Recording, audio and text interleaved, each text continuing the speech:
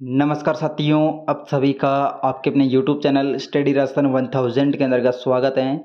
आज की जो अपनी वीडियो होने वाली दोस्तों बीएसटीसी यानी कि डीएलएड 2024 से संबंधित होने वाली दोस्तों, जो कि तृतीय श्रेणी लेवल फर्स्ट का जो शिक्षक बनने का सबसे बेस्ट अवसर यानी कि सबसे सीधा रास्ता होता है वो बीएसटीसी, जिसको अपन डीएलएड के नाम से भी जानते हैं दोस्तों। और जिसमें लगभग 200 क्वेश्चन पूछे जाते हैं, जिसमें दोस्तों एक प्री एग्ज़ाम करवाया जाता है जिसको अपन प्री डीएलएड या फिर प्री बीएसटीसी के नाम से जानते हैं, ठीक है। जिसमें 200 क्वेश्चन में से 50 क्वेश्चन दोस्तों शिक्षण अभिरुचि से संबंधित पूछे जाते हैं एग्जाम में। जिसमें अपन एक सीरीज स्टार्ट की है शिक्षण अभिरुचि से संबंधित, जिसकी दोस्तों आज की वीडियो नंबर तीसरी है, ठीक है। तो वीडियो स्टार्ट करते हैं और देखते हैं दोस्तों आज का सबसे पहला क्वेश्चन कौन सा होने वाला।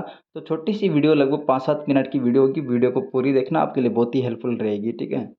शिशुओं के लिए शिशुशाला में आवश्यक होता है। तो शिशुओं के लिए जो शिशुशाला में आवश्यक होता है वो क्या आवश्यक होता है, तो यहाँ पे अपना राइट आंसर क्या हो जाएगा, खेल के अवसर उपलब्ध करवाना। शिशुओं के अंतर्गत शिशुओं के लिए मतलब कि शिशुशाला में आवश्यक चीज़, सबसे इम्पोर्टेंट चीज़ होती है वो क्या होती है, खेलों के अवसर प्रदान करना। खेलों के माध्यम से दोस्तों मतलब कि जो शिशु होते हैं उनके अंदर के दोस्तों एक तो मतलब कि मित्रता का भाव जागृत होता है। सबसे बड़ी इंपॉर्टेंट बात तो ये है, मित्रता का भाव जागृत होता है। इसके अलावा मतलब कि एक समाज के अंतर्गत यूनिटी के रूप में किस प्रकार से जीवन यापन किया जाता है, ये भी हमें खेलों के माध्यम से सीखने को मिलता है। तो शिशुओं के लिए दोस्तों मतलब कि शिशुशाला में सबसे इम्पोर्टेंट जो मतलब की चीज़ होती है वो क्या होती है, खेलों के अवसर उपलब्ध करवाना, ठीक है। नेक्स्ट देखिए, एक अच्छी पाठ्य पुस्तक वह है जो अन्य विशेषताओं के अतिरिक्त अनिवार्य रूप से सम्मिलित करती है। तो यहाँ पे दोस्तों एक अच्छी पाठ्य पुस्तक की बात की जा रही है जो कि उसमें सभी विशेषताएं होती है, ठीक है, अतिरिक्त अनिवार्य रूप से सम्मिलित करती है। तो यहाँ पे दोस्तों सभी विशेषताओं के अलावा और ऐसी कौन सी विशेषता अनिवार्य रूप से होनी चाहिए, ठीक है। तो ये विशेषता कौन सी है, शिक्षकों को निर्देश देना, ठीक है। जो किताब होती है, बुक होती है, उसके अंदर दोस्तों शिक्षकों के लिए यानी कि टीचर्स के लिए मतलब कि कुछ डायरेक्शन, दिशा निर्देश वगैरह ऑलरेडी होते हैं कि इस किताब को मतलब कि बच्चों के सामने कैसे अभिव्यक्त करना, किस प्रकार से मतलब कि अभिव्यक्त करना, ठीक है, प्रेजेंटेशन देना। तो ये मतलब कि किताब के अंदर ऑलरेडी दिशा निर्देशन या डायरेक्शन वगैरह दिए रहते हैं। तो शिक्षकों को निर्देश देना ये किताब की दोस्तों सबसे इम्पोर्टेंट विशेषता मानी जाती है, ठीक है। नेक्स्ट देखिए, वर्तमान समय में प्राइमरी शिक्षा की दुर्दशा का मुख्य कारण क्या है दोस्तों। तो वर्तमान जो समय दोस्तों प्राइमरी जो शिक्षा है, प्राइमरी शिक्षा के अंदर दोस्तों कक्षा 1 से लेकर कक्षा 8 तक की बात की जाती है। जिसमें मतलब कि जो अनुपात होता है शिक्षक अनुपात, वो कितना अनुपात होता है दोस्तों, कक्षा 1 से लेकर 105 तक का जो अनुपात होता है, 30 विद्यार्थियों पे एक मतलब कि एक टीचर होता है। तो यहाँ पे कंडीशन क्या है अपने राजस्थान या भारत के अंतर्गत, प्राइमरी शिक्षा की दुर्दशा का कारण क्या है दोस्तों, दुर्दशा का कारण है यानी कि एक टीचर है और उसमें लगभग 50 विद्यार्थी है। तो 50 विद्यार्थी को एक अकेला टीचर कैसे हैंडल कर सकता है। इसकी वजह से दोस्तों यहाँ पे क्या है, वर्तमान समय प्राइमरी जो शिक्षा है इसकी दुर्दशा का प्रमुख कारण है शिक्षक छात्रों का जो अनुपात है वो किस प्रकार का अनुपात है, विषम अनुपात है, ठीक है। नेक्स्ट देखिए, सभी बच्चों की एक समस्या है तो आप उनकी समस्याओं का समाधान कैसे करोगे। अगर आप एक टीचर हो और सभी बच्चों को एक ही प्रकार की समस्या है, तो उस जो समस्या है उस समस्या को किस प्रकार से हल करोगे आप। तो यहाँ पे एक एक करके इस समस्या का हल करोगे या सामूहिक ढंग से, या पहले छोटे बच्चों का या पहले बड़े बच्चों का। तो यहाँ पे दोस्तों एक ही समस्या होने पर सभी बच्चों का सामूहिक ढंग से सॉल्यूशन किया जाएगा, ठीक है, समाधान निकाला जाएगा। नेक्स्ट देखिए, जो आपकी सही आलोचना करता है तो उसके साथ में आपका व्यवहार अपेक्षित होगा। यानी कि आपके साथ में कोई सही आपकी आलोचना करता है तो आप उसके साथ में किस प्रकार का व्यवहार अपेक्षित करोगे, यानी कि व्यवहार मतलब कि अपनाओगे। तो यहाँ पे अपना राइट आंसर क्या हो जाएगा, अगर आपका मतलब कि एक सही आलोचना करने वाला कौन होता है दोस्तों, एक मित्र होता है, ठीक है, सही आलोचना करने वाला एक मित्र होता है। नेक्स्ट देखिए, एक प्रभावी अध्यापक के लिए आवश्यक नहीं माने जाते हैं, यानी कि एक प्रभावी जो अध्यापक होता है उसके लिए क्या आवश्यक नहीं मानते हैं, केवल दंड देने वाला, या फिर वह विषय को रोचक बनाता हो, सृजनशील हो, वह उत्तम हो। तो यहाँ पे मतलब कि विषय को मतलब कि रोचक बनाता हो, सृजनशील हो, ये उत्तम वक्त, या फिर वह उत्तम वक्ता हो। तो ये मतलब कि टीचर के लिए होना अनिवार्य है। बाकी केवल उसको दंड देने के लिए टीचर बनाना ये उसके लिए कोई मतलब कि आवश्यक नहीं है, ठीक है। नेक्स्ट देखिए,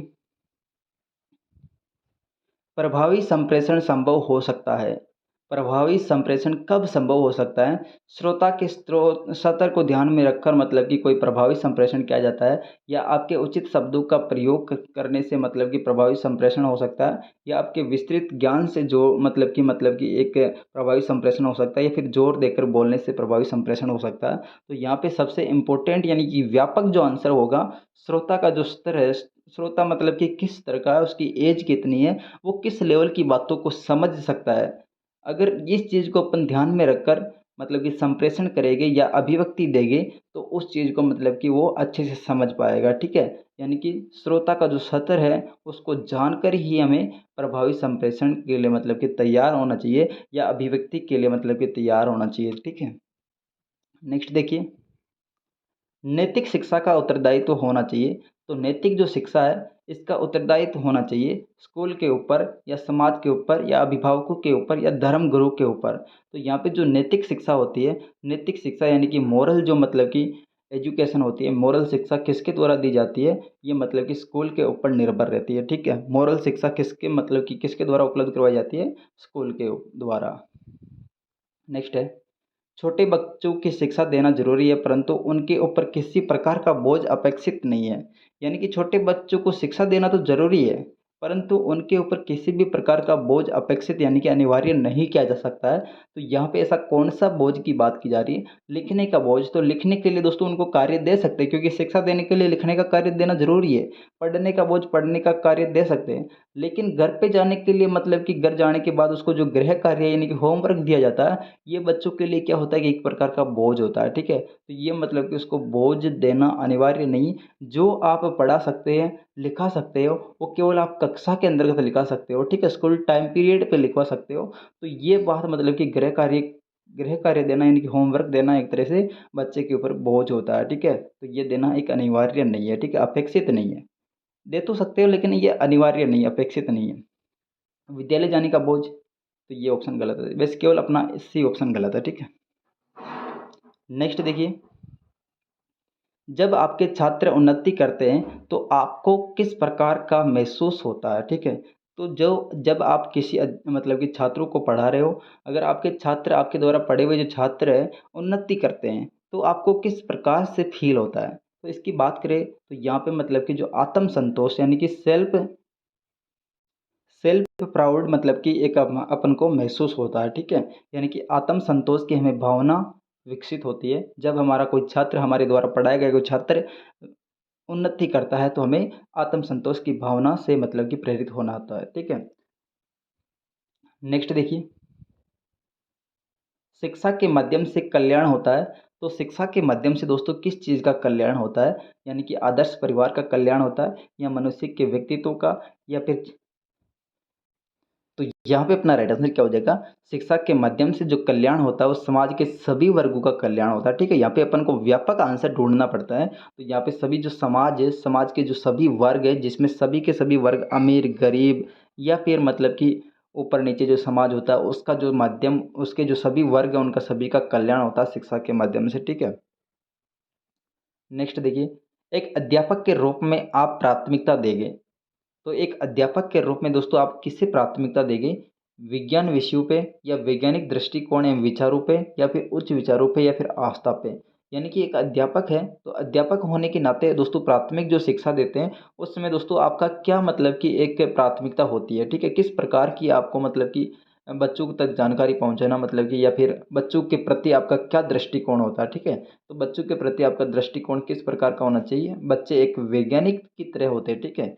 बच्चे एक तरह से मतलब कि नई-नई चीज़ों का खोज करते हैं, वो अपनी नई-नई चीज़ों के कार्य करके वो सीखते हैं। तो बच्चों के प्रति एक वैज्ञानिक दृष्टिकोण होना चाहिए, और एक मतलब कि वैज्ञानिक दृष्टिकोण का विचार होना चाहिए, ठीक है। नेक्स्ट देखिए, आपके अध्यापन करते समय यदि कोई छात्र आपकी त्रुटियों की ओर संकेत करता है तो आपको क्या करना चाहिए? यानी कि आपका कोई आप जब अध्यापन करवाते हैं, बच्चों को पढ़ाते हैं, यदि आपसे कोई गलती हो जाती है, तो उस गलती को दोस्तों विद्यार्थी आपको संकेत करते हैं कि आपने यहाँ पे गलती कर दी है। तो आप उस गलती को मतलब कि क्या करोगे? एक्सेप्ट करोगे, या फिर छात्र को कक्षा के बाद मिलने के लिए कहोगे, या फिर छात्र को चुप रहने के लिए कहोगे, या मतलब कि स्वीकार करोगे, या दूसरे दिन अच्छी तैयारी करके जाएंगे। तो यहाँ पे अपना इस समय राइट आंसर क्या हो जाएगा, स्वीकार कर लेनी चाहिए। क्योंकि छात्रों को मतलब कि गलती को स्वीकार करके वापस उस गलती का सॉल्यूशन देना अनिवार्य है। अगर आप गलत पढ़ाओगे तो बच्चा गलत ही सीखेगा। तो ये बात आप पे ऊपर निर्भर करती है कि आप अध्यापक बनने के बाद दोस्तों अध्यापन करवाते हो, तो ये दोस्तों किस चीज़ को जो गलती करते हैं, गलती को स्वीकार करना चाहिए, ठीक है? आपको मालूम हुआ कि आपके प्रधानाचार्य संस्था में कुछ गलत कार्य कर रहे हैं, तो आप क्या करोगे? यानी कि आपको जब मालूम चल गया कि आपके प्रधानाचार्य संस्था में कुछ गलत कार्य कर रहे हैं, तो आपको क्या करना चाहिए? यानी कि आपके प्रधानाचार्य दोस्तों कोई गलत कार्य कर रहे हैं, तो आपको क्या करना चाहिए? तो उसको मतलब कि एक तरीके से समझाने का प्रयास करना चाहिए, ठीक है? उन्हें समझाने का प्रयास करना चाहिए प्रधानाचार्य को। अंतिम क्वेश्चन आज का, प्रौढ़ शिक्षा किन व्यक्तियों के अधिकार में होनी चाहिए? तो प्रौढ़ जो शिक्षा है दोस्तों कौन से किन व्यक्तियों को अधिकार में होनी चाहिए? तो सरकार के हाथ में दोस्तों प्रौढ़ शिक्षा होनी चाहिए, शिक्षित व्यक्तियों के हाथ में प्रौढ़ शिक्षा होनी चाहिए, गैर सरकारी समितियों के हाथ में दोस्तों प्रौढ़ शिक्षा होनी चाहिए। यानी कि सभी के हाथ में प्रौढ़ शिक्षा होना अनिवार्य है। यानी कि सभी के सभी ऑप्शन अपना राइट आंसर हो जाएगा। उपयुक्त सभी के हाथ में प्रौढ़ शिक्षा होनी ज़रूरी है। तो ये थी दोस्तों आज की वीडियो। अगर वीडियो आपको पसंद आई तो वीडियो को लाइक कर दीजिएगा, चैनल को सब्सक्राइब कर दीजिएगा ताकि मेरी प्रत्येक वीडियो आप तक समय पर पहुंच सके। Thanks for watching, see you again.